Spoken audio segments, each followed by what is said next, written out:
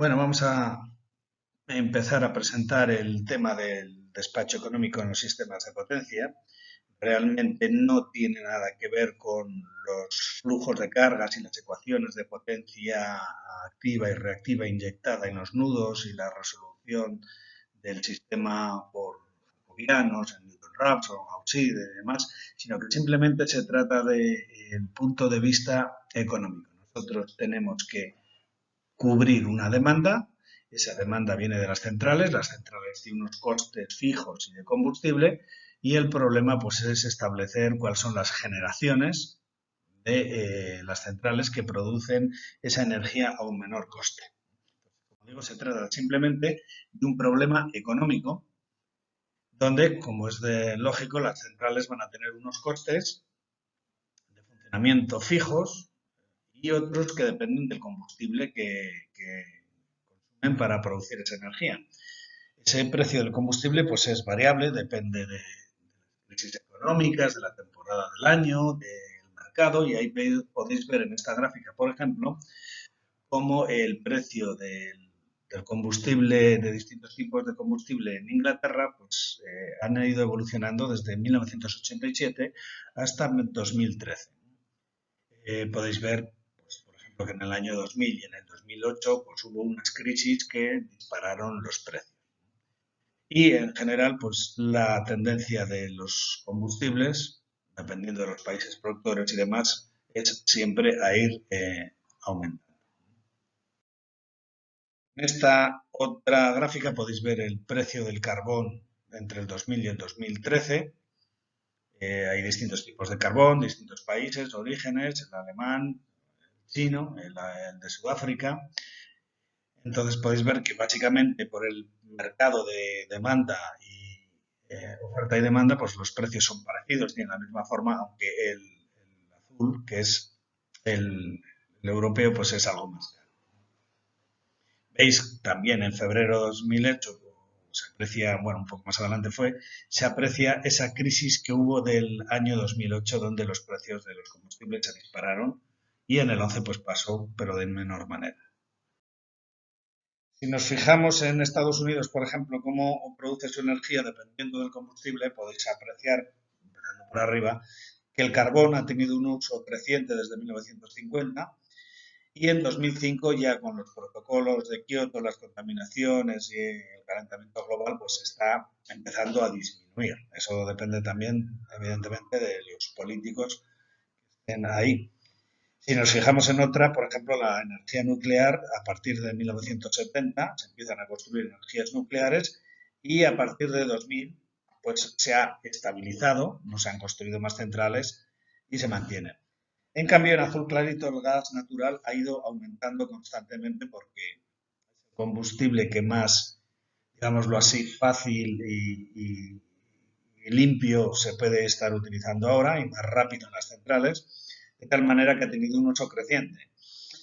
Si os fijáis en el petróleo, más de abajo de color negra, pues parece que tuvo un pico como por 1978 o así, y a partir de ahí el petróleo se ha dedicado a otros usos más útiles como la gasolina que a producir energía eléctrica. Veis que ese descenso del petróleo se ha visto compensado con las nucleares, con el gas natural, y las renovables, pues bueno, ahí están creciendo ligeramente. Dentro de cada país, más si es grande como Estados Unidos, pues evidentemente cada estado va a tener unas condiciones geológicas, geográficas, que le hacen más factible un combustible u otro. Tenéis ahí en la primera columna la media de Estados Unidos para distintos combustibles: carbón, energía nuclear, energía hidráulica, gas, petróleo, y luego para dos estados distintos como pueden ser Illinois y California. California está al lado del mar, y si os fijáis, pues básicamente la mitad de su energía la genera, el 49,8, la genera de gas natural. En cambio, Illinois pues tiene la mitad, digamos así, de nuclear y la otra mitad de carbón. Estados, tenéis ahí abajo, Indiana, 94%, pues podría decir que es nuestra Asturias, está lleno de minas de carbón, 94%. Oregón, muy montañoso, muchas presas, muchos ríos caudalosos, 71% hidráulico. Washington también. Si nos fijamos en Francia, pues el 80% de la energía que produce es nuclear, que ha sido su gran negocio, venderlo a los países de alrededor. Y luego, si nos fijamos en el gigante de China, pues tenemos un 80%, que es una contaminación bestial. Bueno, en estos gráficos de cartas podéis ver cómo ha cambiado un poco la producción de energía eléctrica en Estados Unidos entre el año 2007 y el 2013. Básicamente el gas natural ha pasado de un 22 a un 27, ha subido un 5%. La energía nuclear se ha mantenido, no es que hayan construido un 1%, sino que sobre el total, pues ahora supone el 20%, que es básicamente lo mismo. La hidroeléctrica lo mismo, no se han construido como en muchos otros lugares más centrales porque todos los recursos ya están explotados y no se pueden construir más presas, digámoslo así. Entonces, esa también se mantiene, el 6 y el 7%. Si nos fijamos en las renovables, pues han crecido ligeramente, o podría decirse que incluso duplicarse del 3 al 6%. Si nos fijamos en España, tenéis en estas dos gráficas de anillo, pues en la parte de arriba la potencia, es decir, las centrales por tecnología. Básicamente veis que la mayor cantidad instalada, el 25%, es ciclo combinado. Y hablaremos de las centrales que tienen un consumo de gas y con eso y una turbina de vapor, pues energía. Después vendría la energía hidráulica con un 20%, los grandes saltos de la cuenca del Tajo y del Duero principalmente. Y luego pues veis que la energía eólica en verde también representa una cantidad considerable, el 22%, que es la tecnología pues, renovable que más futuro, digámoslo así, está teniendo. El resto de las técnicas renovables con generación pues suponen unas cantidades más pequeñas. Si nos fijamos en cómo han producido la energía, es decir, el origen, cómo se ha cubierto la demanda, en el año 2013, por ejemplo, veis ahí la parte de abajo que la energía nuclear ha supuesto en azul oscuro el 21%, la quinta parte, aunque solo supone la octava parte, el 8% de la potencia instalada. Como son centrales que no pueden pararse, tienen que estar siempre funcionando a plena potencia, pues eso ha hecho que se haya generado con energía nuclear la quinta parte del consumo. Después vendríamos, por ejemplo, la eólica en la misma cantidad. Ha sido un muy buen año, evidentemente, porque la quinta parte de energía, el 21%, pues es una cantidad considerable. Tenemos que tener en cuenta que las centrales térmicas tienen un límite de restricción para compensar esa energía eólica que puede caer porque se para el viento. Están en reserva esperando que no se pare el viento. Ese consumo se le quita, pues evidentemente no aparece ahí reflejado. Entonces veis que luego estaría la hidráulica, los grandes saltos, y ese rojo oscuro que sería el carbón, pues que se está intentando eliminar del consumo de las centrales eléctricas. Y se está intentando sustituir por el ciclo combinado y por las cogeneración y la eólica. Bien, en cuanto a la energía producida en centrales térmicas, como la nuclear produce vapor, se produce a base de vapor, las térmicas clásicas y las de ciclo combinado, pues, hay que quemar un combustible, gas, elemento radiactivo o lo que sea, y en cambio tenemos a las hidráulicas de los grandes saltos que una vez hecho la obra civil de la presa y la turbina, pues no supone un coste de combustible, digámoslo así, representable, ¿no? Entonces hay que entender que esas centrales hidráulicas pues tienen sus limitaciones. Están muy bien porque abres el grifo, no cuesta dinero y producen mucha potencia, pero realmente hay que tener en cuenta que en el caso nuestro con Portugal tenemos varias centrales encadenadas y nosotros no podemos abrir y cerrar el grifo sin tener en cuenta lo que hay aguas abajo y dejarle a Portugal, digámoslo así, o inundado o sin agua. Luego también los caudales de los ríos deben mantenerse y bueno, deben hacerse también algunos inventos para que, por ejemplo, no en los grandes saltos, pero sí en la cordillera cantábrica, los salmones ponen ascensores para que puedan saltar, evitar en el ascenso de los ríos los pequeños o medianos aprovechamientos hidráulicos que hay. No es un bien infinito las centrales hidráulicas y, por ejemplo, también depende mucho de los años hidráulicos, de lo que haya llovido cada año. Entonces, estas centrales tienen un tratamiento distinto a las hidráulicas. Suelen combinarse con otros, en nuestro caso con Portugal, y con una explotación a largo término, no en términos económicos. Bien, entonces, aunque ahora desde hace años tenemos el mercado de la electricidad y los precios marcan el funcionamiento de las centrales según entren o no entren hora por hora en el pool y en el mercado, que ya explicarán los que les toque el tema de mercado eléctrico. Lo que se estaba haciendo normalmente, como veis ahí en esa gráfica donde se representa una curva de demanda, es que aparecen unas zonas pico, que suele ser por la mañana y por la noche cuando se encienden las luces y por la tarde a la hora de comer, unas horas valle, que es cuando la gente se traslada de la cama de casa al trabajo y demás, y cuando duerme, y vuelve a casa a comer, y luego una zona base que está pues consumiéndose todo el tiempo. Entonces, la explotación lógica es que en la zona de abajo, de base, entren las grandes centrales, porque, digámoslo así, cuanto más grande es una central, más barato suele ser el coste de la energía. Pues en esas centrales de base entran directamente las nucleares, porque, como os he dicho, no se pueden parar, aparte de que son las más económicas, y las grandes centrales térmicas.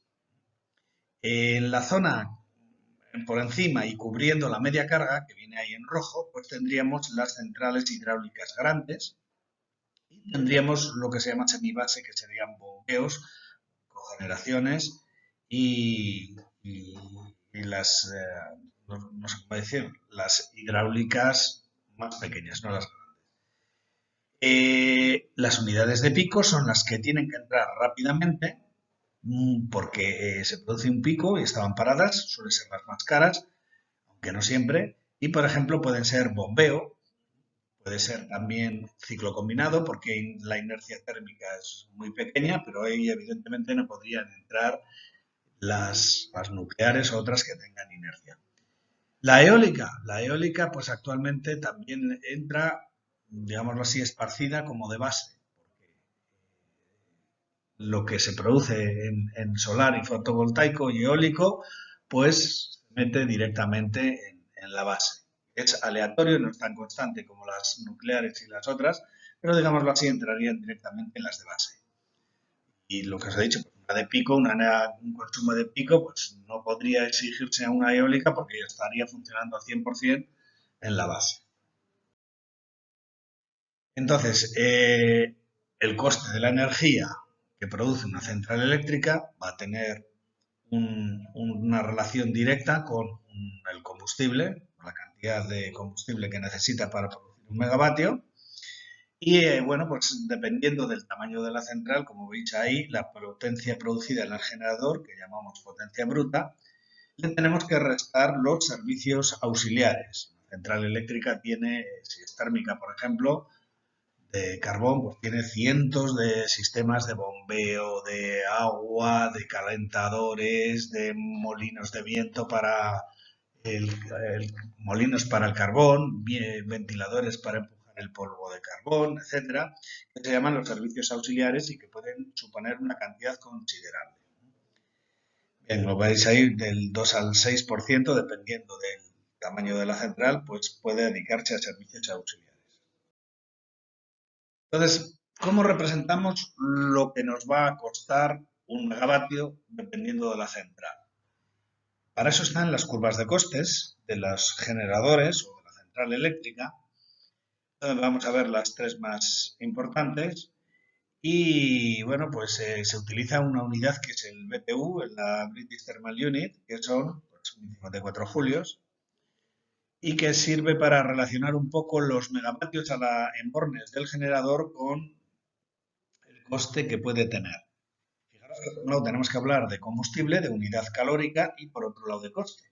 porque no es lo mismo el coste del agua que el coste del gas natural que el coste del petróleo. Entonces, el coste depende de la cantidad de fuel y del precio que tenga, que hemos dicho que era variable. Entonces, la primera curva que veis ahí que puede representar la curva de un generador es la de entrada-salida, input-output, donde, bueno, pues yo le digo tantos megabtus de entrada a la hora, por ejemplo, ahí parece que está marcando como 2000, pues me daría tantos megavatios de salida, que parece que andamos por ahí, pues por los 180 y algo, 190 megavatios. Dependiendo del tipo de central, pues esa curva será más o menos pendiente o tendrá escalones, pero básicamente es lo que relaciona la unidad térmica de entrada por la de salida. Hay otra curva que es la de fuel coste, que básicamente pues, consiste la misma de antes, multiplicarla por el precio del coste del megabtu de la unidad, dependiendo de si es carbón o si es diésel, aunque las de diésel ya no se utilizan, o gas. Entonces, pues simplemente sería una proporcionalidad y en el eje vertical, en vez de BTUs, tendríamos pues directamente dólares. ¿Mm? Producir 190 y tantos megavatios costaría unos 3.400 dólares a la hora. Esa sería la curva de fuel cost. Bueno, vamos a ver aquí realmente que la curva, por ejemplo, una central de vapor nuclear o térmica grande, pues realmente no es una curva continua, sino que va dando saltitos dependiendo del número de válvulas y de entradas que esté teniendo la turbina de vapor. Entonces, veis ahí, por ejemplo, que una central grande de vapor puede tener ABCDF 6 válvulas y normalmente el proceso es, para regular la velocidad y la potencia, ir abriendo válvulas escalonadamente, es decir, primero la A, luego la B, luego la C, luego la D, luego la E, luego la F, y cuando las 6 válvulas están a tope, pues tenemos la máxima potencia. Entonces veis que claro, que el tener una válvula abierta más o menos implica que el vapor tiene unas pérdidas, si está abierta las pérdidas disminuyen y afecta a la forma. Realmente, si no importa mucho la exactitud del coste, pues se suele interpolar y se hace sin puntos de válvula que pone ahí, que es una curva continua, despreciando esos costes de abrir una o varias válvulas a la vez. Vamos a comentar lo que son, aunque las veremos más adelante, en centrales eléctricas, cómo funciona una central eléctrica de ciclo combinado. Una central de ciclo combinado tiene dos turbinas, una de gas y una de vapor. Ahí veis en la presentación una turbina de gas básica. Tenemos un combustible, suele ser gas natural porque es más económico que otros como el queroseno o líquidos procedentes del petróleo, que mediante un turbocompresor le inyectamos aire y lo metemos a una cámara de combustión que es como el reactor de un avión. Ese reactor quema el gas, al producirse la expansión se produce ese movimiento giratorio y se mueve la turbina de gas. Fijaros que los gases salen como a 1150 grados en el ejemplo ese. Esos gases mueven, en vez de mover el avión para adelante, pues lo que hacen es mover una turbina, dejan la mayoría de su energía cinética moviendo esa turbina y salen como a unos 550 grados. Eso mueve el alternador, digamos así, el generador de la parte de la turbina. Sería directamente una central eléctrica con generación por turbina, por gas. Tienen eficiencias, digámoslo así, elevadas, entre 30 y 35%, y como máximo teórico se estima unos 42-45%. Si esa turbina de gas la combinamos con una de vapor es cuando tenemos lo que se denominan centrales de ciclo combinado. Veis ahí arriba lo mismo de antes, la turbina de gas, entra el combustible, el aire comprimido, la pasamos por la turbina de gas, mueve el alternador eléctrico y ahí, digámoslo así, tenemos un 39% de la energía del fuel aprovechada. Fijaros que el fuel supone el 100%, el 39% ya se lo hemos sacado directamente por la turbina de gas. Los gases pasan ahora a un sistema de calentamiento, de calor. Acordaros que salían a 1000 grados, 1100 grados, y convertimos ese gas caliente, cede su energía a agua, se produce vapor y ese vapor mueve otra segunda turbina que suele sacar rendimientos del 18% del combustible. Perdón, fijaros que del 100% hemos sacado 39 para la turbina de gas y otros 18, aproximadamente la mitad, en la de vapor.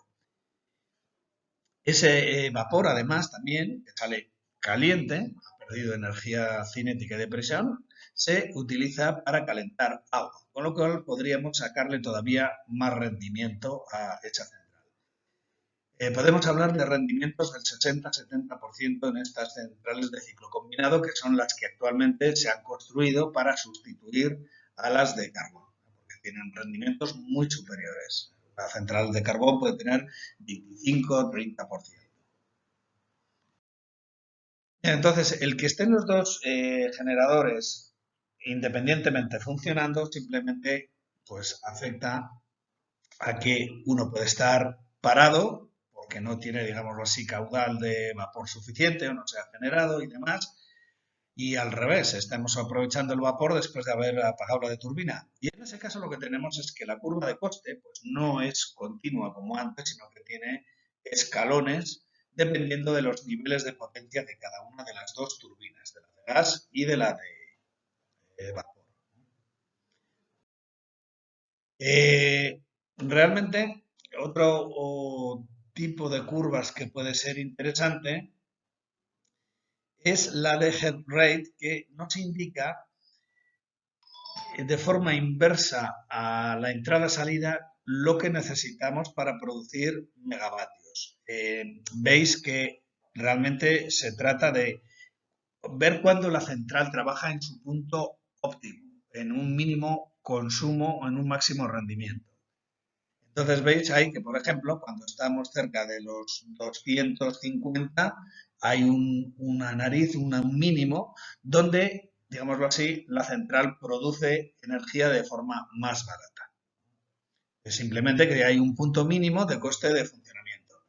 Evidentemente, ese punto que ahí está en 250, respecto de los 400 máximos que podría generar, pues no sería óptimo. Lo normal es que esté siempre lo más posible a la máxima potencia para que sea más económico el funcionamiento de la central.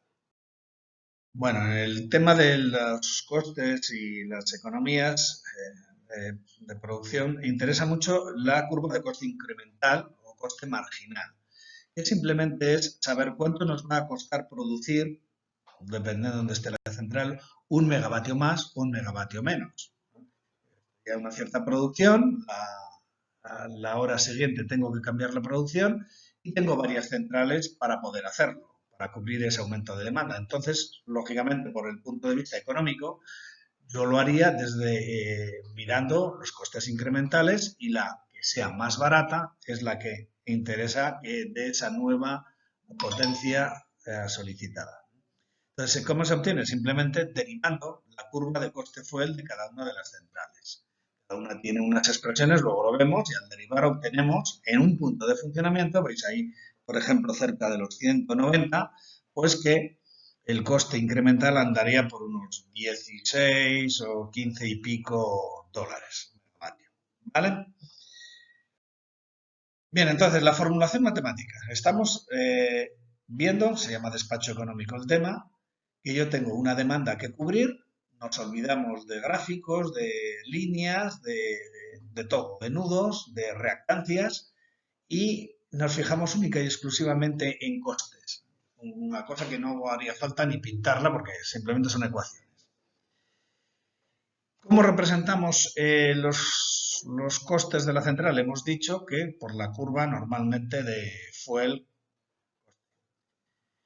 Las solemos utilizar o se suelen representar mediante aproximaciones cuadráticas o cúbicas. Bueno, la cúbica realmente es una cuadrática que el primer término le hacemos el coeficiente cero, al cubo, y se quedaría en una cuadrática. Pero también podríamos usar otra. Ahí veis la forma general de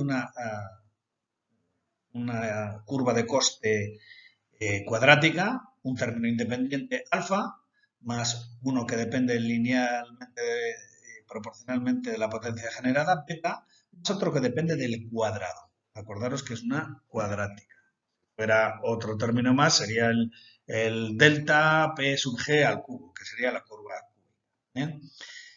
Si yo derivo esa función, pues el término alfa desaparece, me queda beta y 2 gamma por P sub G. Ese sería el coste incremental de esa central. Tendría que ver el P sub G en ese momento cuánto vale y sabría ese coste incremental. También tenemos las funciones por tramos. Funciones por tramos, vamos a ver ahora, se indican la cantidad de puntos. En vez de hacer una curva continua cúbica, se va haciendo por rectas, por aproximaciones de rectas. En PowerWord, esa definición de los costes del generador lo tenemos dentro de las pestañas que tiene un generador. Veis ahí arriba a la derecha que pone costes y dentro de costes dice modelo de salida de coste. Y ahí veis los dos que os he comentado, cúbico y lineal. Luego ya hablaremos de los términos que tiene cada uno de esos modelos. El cúbico, que es el que tiene PowerWord, pues se descompone, como veis ahí, en un coste F sub I, que sería independiente. Por ejemplo, el tener las bombas de agua funcionando de una central es un coste independiente de la producción. Luego tendríamos la parte del combustible A más BP más CPG cuadrado más DP sub G cubo por el fuel, por el coste del fuel, más otros costes variables. Vale, es una complicación para contemplar todos los costes, fuel, fijos y variables. Realmente a nosotros solo nos interesa la curva, pues digámoslo así. Veis ahí en cada uno de los términos que tiene la función donde se definen en PowerWord. Bien, la otra forma de aproximar el coste de la central era mediante tramos lineales, piecewise linear, perdón, donde vemos que sustituimos la aproximación cuadrática o cúbica por tramos de rectas cada vez con un poco más de pendiente. De tal manera que dividimos 1, 2, 3, 4 puntos, definen 3 tramos, doy esas coordenadas y ya lo tengo. Así de simple. Diríamos cuáles son las coordenadas de los puntos que definen esas curvas. No es habitual. Nosotros simplificaremos y utilizaremos el modelo cuadrático. Para ver cómo obtener los costes incrementales, vamos a hacer este ejemplo donde hay dos generadores. El uno tiene término independiente 1000 y el otro 400, el lineal 20 y 15, y el cuadrático son aproximaciones cuadráticas porque llegamos hasta P sub G cuadrado, 0,01 y 0,03. Hemos dicho que el coste incremental simplemente es derivar, no hay relaciones entre ellas, no hay derivadas parciales. Y en el caso de la 1 tendríamos que la derivada, nos queda el término independiente desaparece, 20 más 2 por 0,01. La derivada de p cuadrado, 2p. Con la de abajo tendríamos 15 más 0,06 p sub g cuadrado. Entonces realmente veis que el coste incremental depende del punto de funcionamiento de PG1 y PG2. No podemos saber a priori cuál de las dos es más barata para producir un megavatio más. Bueno, vamos a hacerlo con un caso concreto. Supongamos que esas dos centrales tienen que dar entre las dos 500 megavatios. Vamos a repartir. Podemos partir inicialmente de que la 1 produce 350 y la 2 150. Aplicando las ecuaciones, la primera costaría unos 9.225 dólares hora y el 2, que produce menos, pues 3.325. Los costes incrementales serían 27 para la primera central y 30 para la segunda. Es decir, si yo aumentara un megavatio más, lo cogería de la central número 1 y el coste subiría 27 dólares. El precio en total pues son 12.550. Si yo generase uno más, hemos dicho que serían 27 más. 12.550 más 27 si lo cogemos de la central 1, ese megavatio adicional. Vamos a suponer ahora que cambiamos las generaciones. Bien, si yo cambio las generaciones, la de 350 pasa a la 2 y la de 150 a la 1, los costes cambian. Ahora la primera cuesta 4.225, la segunda central 9.325 y los costes incrementales cambian también. Ahora es más barato, en vez de 27 ahora son 23, aunque sigue siendo más barata la 1. Pero el coste total ha subido, lógicamente, y ahora son 13.550. Bien, si yo represento gráficamente cuánto me cuesta producir los 500 megavatios con esas dos centrales, pues veo que dependiendo de que esté funcionando la 1 o la 2, tenéis en la tabla los costes de cada una y el total, pues el coste total presenta un mínimo. Ese mínimo se produce cuando la central 1 produce 312,5 y la central 2 187. En ese caso, las dos centrales están trabajando con el coste mínimo global del sistema. En ese momento los costes incrementales, ya lo veremos, se igualan. Y el coste sería 12.494. Bien, ¿cómo resolver esto? Se resuelve mediante lo que se denomina el despacho económico, Economic Dispatch, y como os he dicho es un problema simplemente de dineros, no hay ni un solo flujo de potencia activa, reactiva, tensiones ni nada, simplemente habéis visto que hemos sumado dólares y potencias generadas, sin más. Entonces sí que es cierto que en el problema total la potencia generada es la demandada más la que se produce en pérdidas en las líneas. Y esa habría que tenerla en cuenta. Bien, ahí tenéis la formulación matemática, minimizar la función de costes, que depende de las variables T sub G, C sería la función de costes, se van sumando, y las restricciones es que la potencia generada por todas, el sumatorio, tiene que ser la que demandamos más la de pérdidas. Antes no hemos hablado de pérdidas para nada en el ejemplo, ya veremos. Bien, entonces también hemos ignorado, bueno, pues que si un resultado me dice 500 la central 1 y la central 1 solo puede producir hasta 40, hasta 400, pues ese límite técnico no lo hemos tenido en cuenta, ni las pérdidas ni los límites técnicos de las centrales, máximos y mínimos. Bien, como comentario, simplemente decir que esa formulación del despacho económico ha habido una derivación en la tecnología de sistemas de potencia a luego que se llama, en vez de despacho económico, el beneficio social. Y es una visión que simplemente os comento, donde se sustituye el simple hecho de vender y suministrar la potencia, se amplía y tiene en cuenta más términos como pueden ser, por ejemplo, el beneficio de entregar un megavatio. Yo realmente no cobro lo mismo por vender un megavatio a una empresa que a un usuario particular en una vivienda. Entonces, lo que hace esta visión del beneficio social es incluso permitir que yo pueda cortar el suministro. Evidentemente no es lo habitual. Vendo y unas restricciones que tengo que suministrar todo lo que me piden.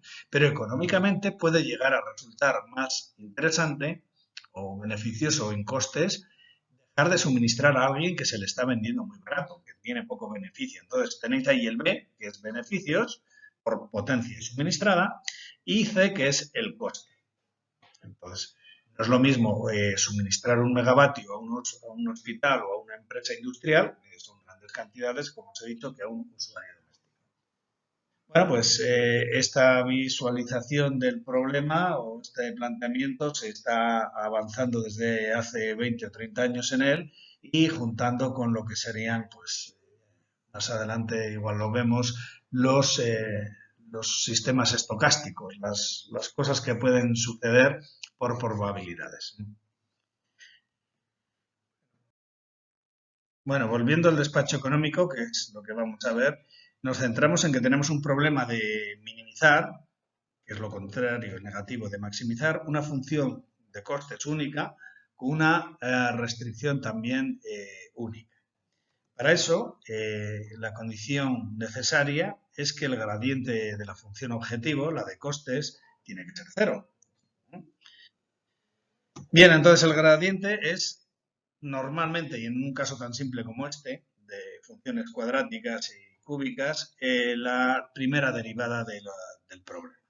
Con lo cual, nosotros lo que tenemos es que esa primera derivada la tenemos que hacer cero, tiene que ser el gradiente, perdón, tiene que ser cero, y nos obtenemos, nos metemos que esa derivada de las funciones de costes pues son los costes incrementales. Entonces, como estamos restringidos con una sola restricción de igualdad, pues lo podemos aplicar el método de los multiplicadores de Lagrange. Entonces, lo que hacemos realmente es plantear el lagrangiano de la función, que es la función de costes en sí, más el vector del lagrangiano multiplicado por la restricción, y entonces con la condición de mínimo esos gradientes se hacen cero y obtenemos un sistema de ecuaciones donde vamos a tener una ecuación por cada una de las centrales, por cada uno de los costes incrementales, y una ecuación total de restricción de que la potencia generada, despreciando las pérdidas, tiene que ser igual que la demandada. Básicamente son pues n ecuaciones más una. Teníamos dos generadores en el caso anterior, pues tendremos 3 ecuaciones. Vamos a verlo con el mismo ejemplo que hemos hecho antes para ver cómo resolverlo. Eso eran los costes que teníamos para cada una de las centrales y teníamos que suministrar 500 megavatios, ¿no? Entonces, los costes incrementales le restamos a cada uno de ellos ese multiplicador de Lagrange, ¿no? Y obtenemos para cada uno de ellos una ecuación. La tercera ecuación es la de 500, tiene que ser la suma de los dos, ¿vale? Fijaros que es tan fácil como a cada uno de los costes incrementales, 20 más 0,02 P sub g en el primer generador, le restamos lambda y tenemos pues 3 ecuaciones con 3 incógnitas. Las 3 ecuaciones, las 3 incógnitas son PG1, PG2 y el coste incremental, lambda. Cuando se igualan esos costes incrementales, pues estamos en el punto de funcionamiento más económico. Bueno, pues tenemos entonces un sistema lineal de 3 ecuaciones con 3 incógnitas, las incógnitas P sub G, 1, P sub G2 y lambda, el multiplicador de Lagrange. Ordenando, tenemos ese sistema de ahí y resolviendo, pues nos dice P sub G1 312,5, P sub G2 187 y lambda, que era la tercera incógnita, igual para los dos generadores, 26,2 dólares. Entonces, ahora fijaros que en ese punto, donde lambda es el mismo para los dos, nos es indistinto subir un megavatio más de una central a la otra porque cuesta exactamente lo mismo. Y lo calculo y lo resuelvo, ya veremos cómo, con el despacho económico de Powerwall, que es una de las opciones que tiene, aunque yo ahí he pintado 3 nudos con 2 generadores. Como os he dicho, no tiene nada que ver el flujo de cargas con el despacho económico. Podría haber representado un único nudo con un único generador y una demanda y ahí pintar, bueno, no, con 2 generadores, perdón, y ahí haber dado los datos de los 2 generadores. Ahí lo he representado un poco para que se viera un poco más separado con 3 nudos. Bien, entonces la solución que nos da el Powerwall es básicamente la misma que hemos obtenido por el despacho económico, por las 3 ecuaciones. Ya veremos dónde está el método de solución de despacho económico. Pero veis que la solución coincide. Bueno, vamos a razonar un poco viendo cómo estaban las cosas. Nosotros tenemos 2 generadores que tienen que dar 500 megavatios y vamos a hacer distintas pruebas. Ya que tenemos el Powerwall que lo hace todo automáticamente, pues vamos a ver qué pasa si, por ejemplo, en el primero de los casos, los 500 megavatios les da el generador de la izquierda, el 1, y el otro daría 0. Veis que en ese caso el coste sería 13.500 y la línea que va del nudo 1 al 3, que es el de carga, pues estaría llevando esos 500 megavatios y la línea del 2 al 3 pues estaría vacía. Como os he dicho, esto tiene ese inconveniente de que nosotros no sabemos si esa línea puede llevar 500 megavatios o de si ese generador está al máximo de su capacidad, que igual eran 400. Todo eso no lo hemos tenido en cuenta. Es un cálculo muy básico. Si nosotros cambiamos la generación al otro, pues desconectamos el generador 1, conectamos el 2, vemos que en este caso los 500 megavatios, lógicamente, salen de ese y llegan y nos dan un coste superior de 15.400. Es más caro producir los 500 megavatios con el segundo generador solamente. Bueno, entonces el método de los multiplicadores de Lagrange es muy rápido, muy simple. Derivamos, restamos lambda, igualamos a 0, resolvemos y listo. Pero solo funciona cuando las curvas son, las de coste incremental son lineales, para lo cual las de coste tienen que ser cuadráticas.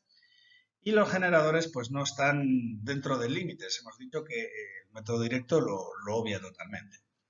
Para resolver estos dos problemas, lo que se utiliza no es el multiplicador de Lagrange, sino el método iteración lambda. Ese método es más general y lo único que tiene que haber es una ecuación, que sí que la hay directamente, que es la del coste incremental, entre el valor de lambda y la salida de un generador.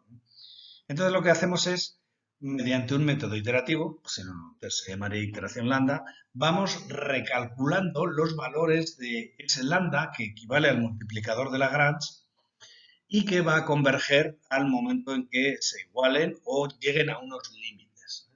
Normalmente se igualarán y los generadores están dentro de esos límites, pero si un generador no tiene la capacidad de dar ese límite, pues ese multiplicador, ese lambda, se bloquea. Entonces, ¿cómo se hace esto? Bueno, pues tenemos un valor lambda alto, h high, y un valor lambda low, 0 y 100, ¿no? Y lo que hacemos es partir de dos puntos iniciales hasta que se junten en la solución. Entonces vuelvo a plantear las ecuaciones de antes, pero con cada uno de los dos lambdas. Y mientras no converjan, que es lo que pone ahí el módulo de lambda h menos lambda l, tomamos el punto medio de los dos como punto para la siguiente iteración. Entonces, si nosotros obtenemos un lambda medio y evaluamos y es más bajo que el alto, pues le cambio el alto por el medio. Y vamos centrando y haciendo como una especie de embudo hasta que converge. Es fácil de ver cuando se aplica, ya lo veréis.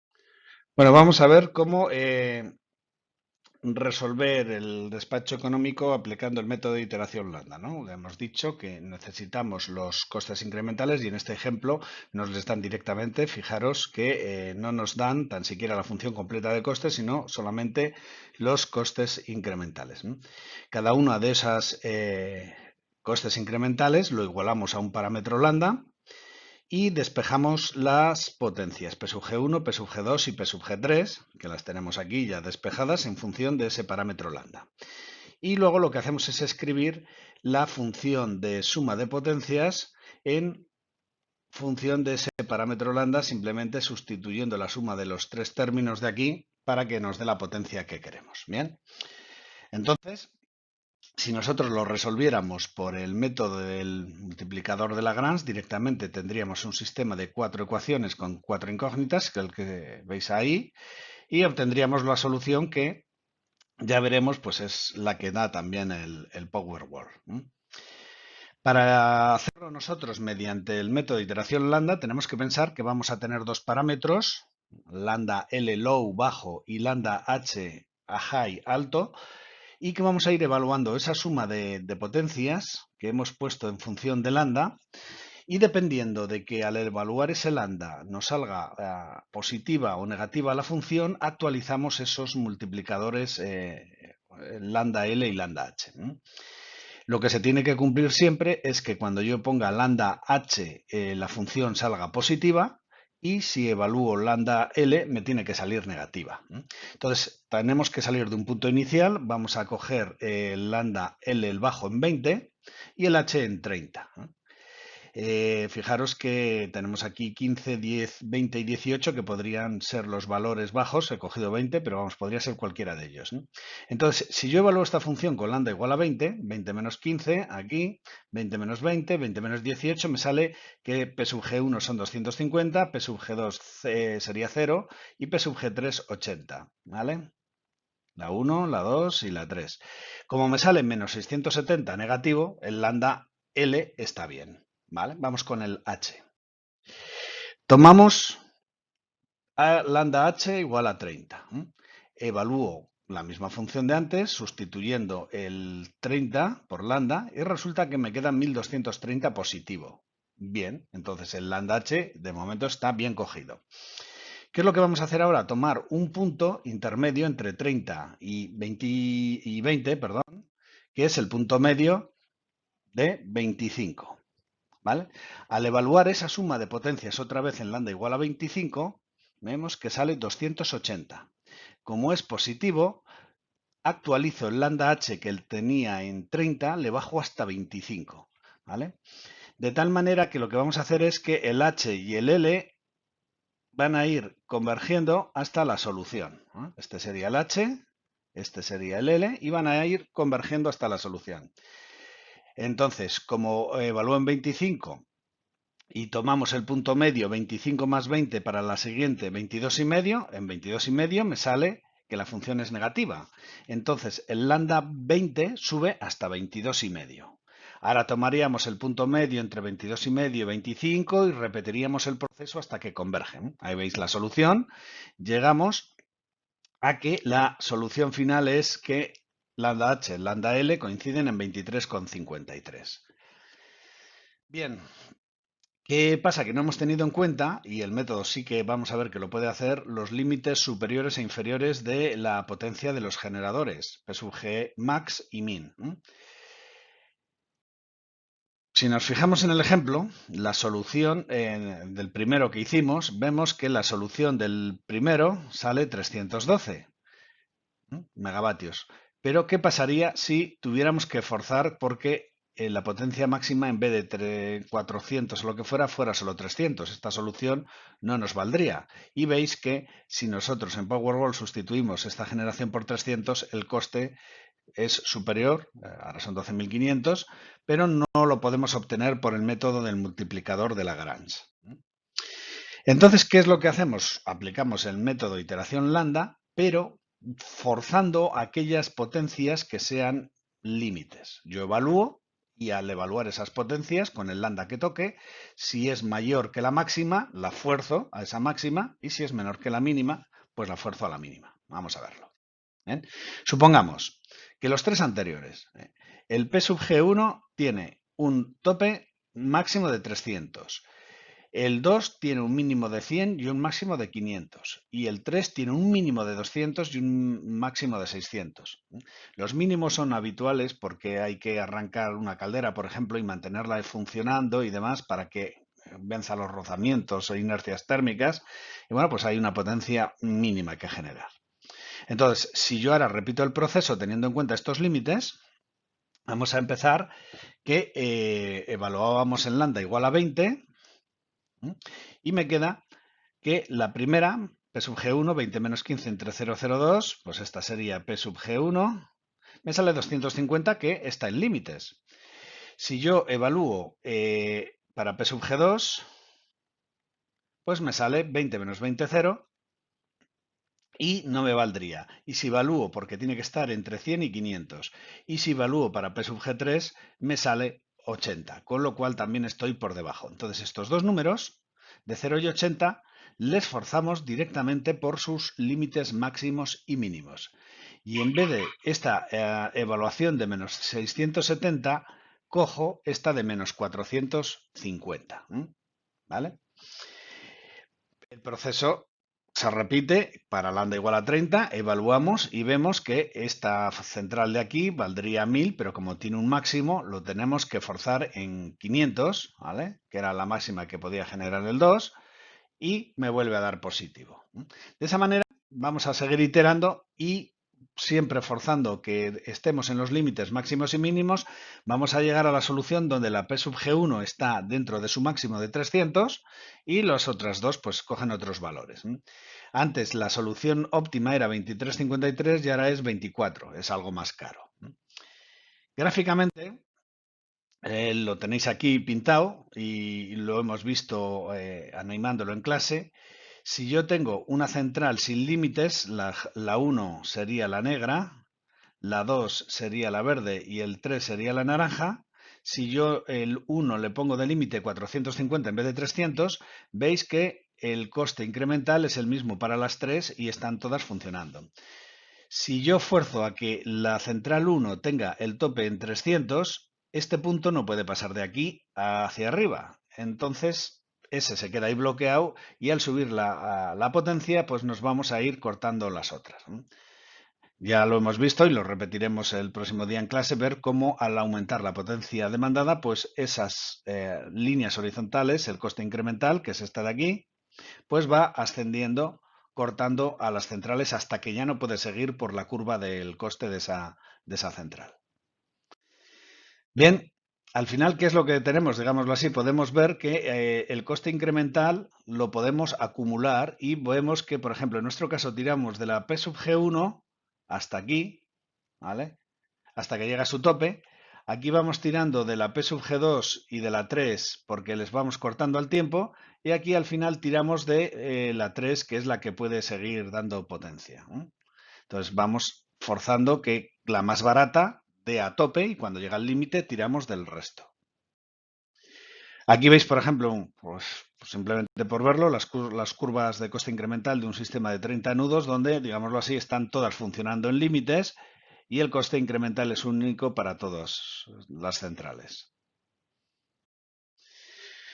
Bien, ¿qué es lo que hemos incluido? Pues hemos incluido los límites en la ecuación de la suma de potencias, en la restricción de que tenemos una potencia mínima y máxima, pero no hemos tenido en cuenta las pérdidas que tienen en las líneas a la hora de escribir la ecuación de potencias activas. La potencia generada es la potencia demandada más la potencia perdida en la línea. La potencia perdida en la línea, pues económicamente no tenemos relación con ese cálculo. ¿Por qué? Pues porque no hemos hecho los flujos de cargas, no podemos saber las corrientes que circulan por las líneas, por lo tanto no podemos calcular esas potencias de pérdidas en las líneas. Bien, entonces, para considerar esas pérdidas, lo que hacemos es escribir un lagrangiano modificado donde tenemos en cuenta esa potencia de pérdidas, la LS de losses, losses de pérdidas en inglés. Bien, entonces el lagrangiano modificado, lo podemos derivar en que tenemos un parámetro, un multiplicador, que multiplica P sub D menos la derivada parcial de las potencias, las pérdidas de las líneas respecto de la generada. Eso matemáticamente es fácil de escribir, pero técnicamente es complicado de calcular porque ya digo que habría que hacer el flujo de cargas. Entonces, lo que se hace es sustituir ese cálculo de las potencias auténticas reales de las pérdidas por lo que se llama un impacto de pérdidas de la línea por transmisión y se define, digámoslo así, un factor de penalización L, como veis ahí, para un generador. Ese factor, por cuestiones matemáticas, es 1 en el nudo oscilante, en el nudo slack, y bueno, pues tenemos que obtener, digámoslo así, una relación entre las potencias de pérdidas y las generaciones para cada una de las centrales. Bien, entonces lo que tenemos es que la función del lagrangiano incluye un coeficiente L que va a penalizar o beneficiar una generación dependiendo de que esa generación al aumentar aumente o disminuya las pérdidas en el sistema. Si es 1, el sistema entiende que ese no modifica las pérdidas y si L es menor que 1, le hace un generador menos caro porque bonifica las pérdidas, las disminuye el aumento de ese generador. Esa es la idea.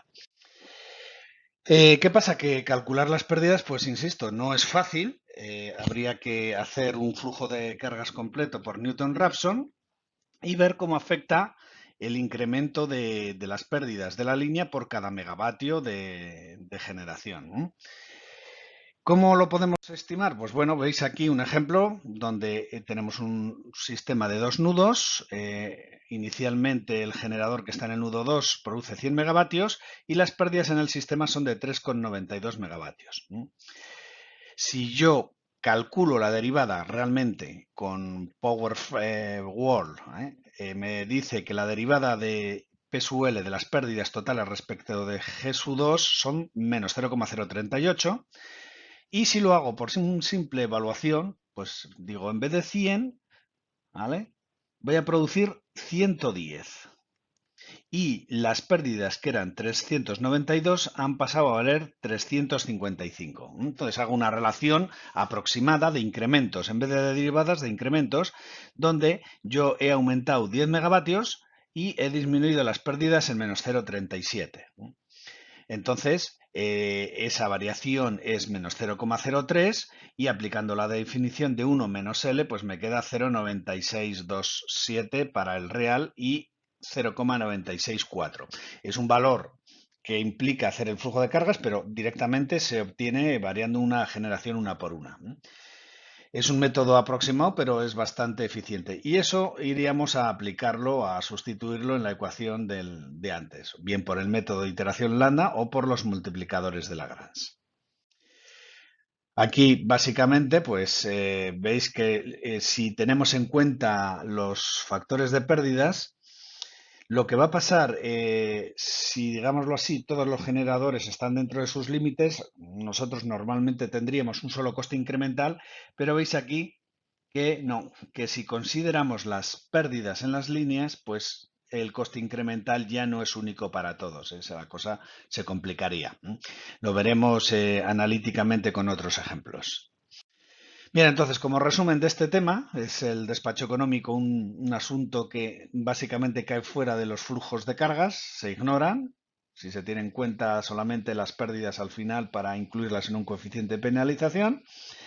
Tenemos el multiplicador de Lagrange para resolverlo sin mucha complicación, pero no es no, vamos, no da opción si llegamos a límites en generadores. Entonces está el método de iteración lambda. Y el despacho económico ignora todas las limitaciones de transmisión de potencia por las líneas y de tensiones y otras cosas que sí que tenemos que tener en cuenta y que veremos que de eso se encargará el siguiente tema, que es combinación de flujo de cargas y despacho económico, que es el flujo óptimo de cargas.